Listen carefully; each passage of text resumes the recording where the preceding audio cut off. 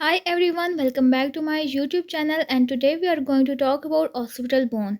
So let's start our topic with introduction.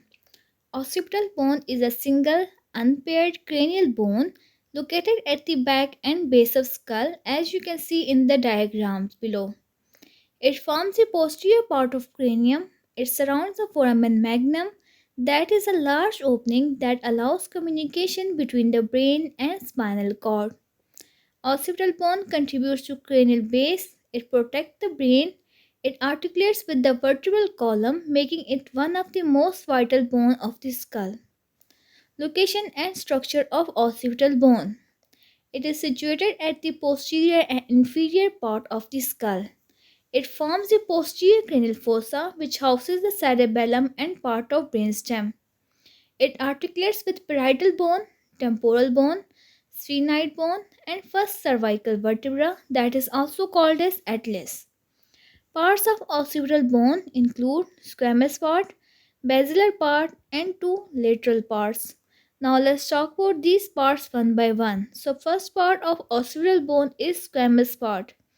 It is large flat portion that form the back of the head. Externally, it features the external occipital protuberance that is also called as inion. That is a bony projection where neck ligaments and muscle attach. Extending laterally from external occipital protuberance, there are superior nuchal lines and inferior nuchal lines which provide further muscle attachment. Next part of occipital bone is its basilar part. It is located in the front of foramen magnum. It extends forward to articulate with sphenoid bone. And with the sphenoid bone, it forms part of clevis, that is a slope that supports the brainstem. Next part of occipital bone is its two lateral parts. They are found on either side of foramen magnum. Each part contains the occipital condyle, that is a rounded surface that articulates with atlas, that is the first cervical vertebra, to form the atlanto-occipital joint that allow noting movement of the head.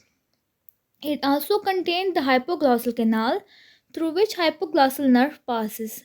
Hypoglossal nerve is the 12th cranial nerve. Important features of occipital bone. It includes foramen magnum, that is a large central opening that allow passage of spinal cord, vertebral arteries, and spinal part of accessory nerve. Second feature here is external occipital protuberance, that is a prominent bump on the back of the head that is palpable under the skin.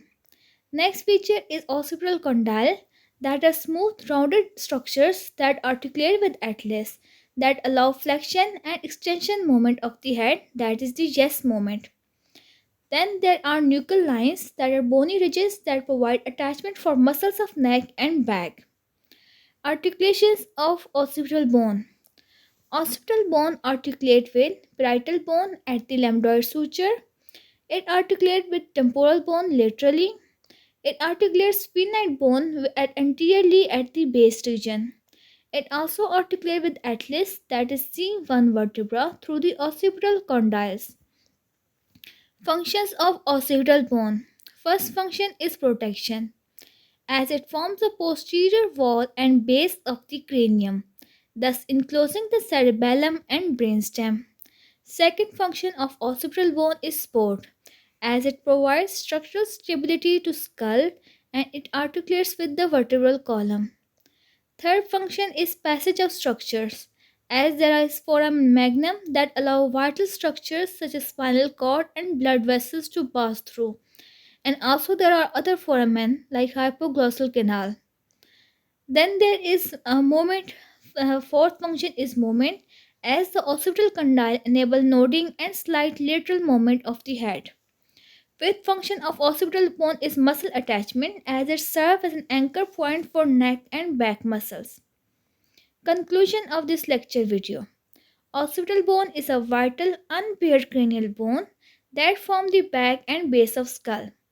With its key structures foramen magnum, occipital condyles, external occipital protuberance, and nuchal lines, it not only protects the brain and connects the skull to spine, but also allows head movements and it supports essential neural and vascular connections.